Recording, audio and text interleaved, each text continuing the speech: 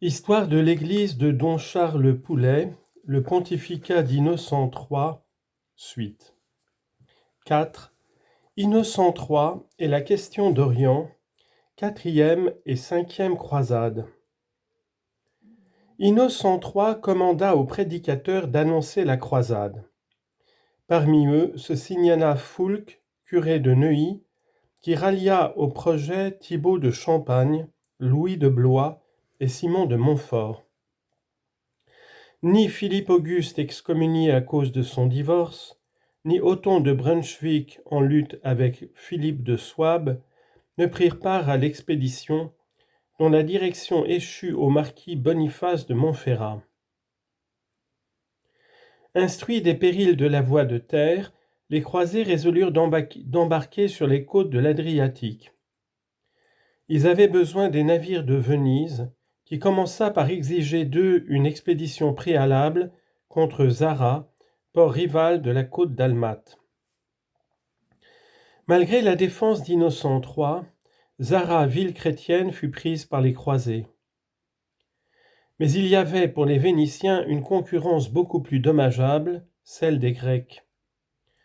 Depuis longtemps, le doge Henri Dandolo caressait le projet de terminer le conflit par la conquête pure et simple de l'Empire byzantin. Or, à ce moment même, une crise intérieure permettait de s'immiscer dans les affaires des Grecs. En 1095, Alexis III avait détrôné et fait aveugler son frère Isaac l'Ange.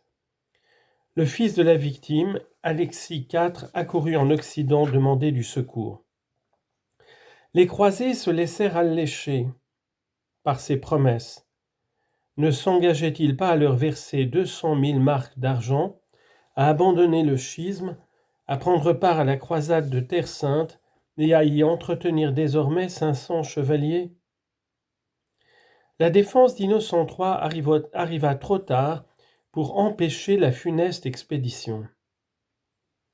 En 10 jours, l'armée chrétienne s'empara de Byzance mal défendue le 17 juillet 2003. Isaac l'Ange fut rétabli sur le trône. Mais la discorde ne tarda pas à éclater entre latin et grec. Manquant d'argent, Isaac était incapable de faire face aux engagements contractés. D'ailleurs, il demeurait impopulaire auprès des Grecs. Bientôt, une révolution nationale le remplace par un aventurier, Alexis V Mursulf, et force les croisés à se retirer sur leurs vaisseaux. Mais le 12 avril 1204, ceux-ci reprirent la ville et la livrèrent à un pillage effréné. Un empire latin s'établit à Constantinople, dont le comte Baudouin de Flandre fut élu souverain.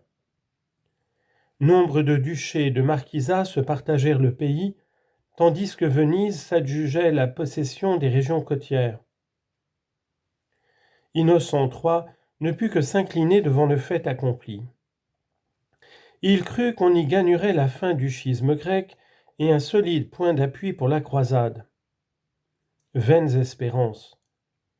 Menacé du côté de l'Europe par les Bulgares qui défirent et tuèrent l'empereur Baudouin dès 1206, attaqué à l'est par les Grecs réfugiés à Nicée, l'Empire latin devait périr sous leur coup en 1261 sans avoir rien fait pour la chrétienté. Les projets d'Innocent III sur l'Orient avaient donc échoué. Une croisade fut bien suscitée en 1212 par un jeune berger de Cloyes, près de Vendôme, nommé Étienne, qui se mit à parcourir le pays en criant « Seigneur Dieu, relève la chrétienté ». Il rassembla une armée d'enfants, de femmes et de jeunes filles. Beaucoup furent renvoyés dans leur foyer. Mais 1500 embarqués à Marseille périrent en mer ou furent vendus aux musulmans par des armateurs marseillais. Une expédition semblable partie d'Allemagne fut heureusement arrêtée par l'évêque de Brinde qui empêcha l'embarquement. Cependant, jusqu'au dernier jour, Innocent III prêcha une croisade qui n'aura lieu qu'après sa mort. Proclamée au concile de Latran en 1215, elle fut conduite d'abord par le roi André de Hongrie, qui l'abandonna devant l'inaction des barons de Terre Sainte. Elle fut reprise par Jean de Brienne. Il attaqua l'Égypte et s'empara de Damiette, la clé du Nil. Il aurait fallu marcher droit sur le Caire. La querelle du légat Pélage et du roi Jean retarda cette offensive. Les musulmans détruisirent les écluses et les digues du Nil. L'armée chrétienne dut se retirer et abandonner Damiette. La 5e croisade avait échoué.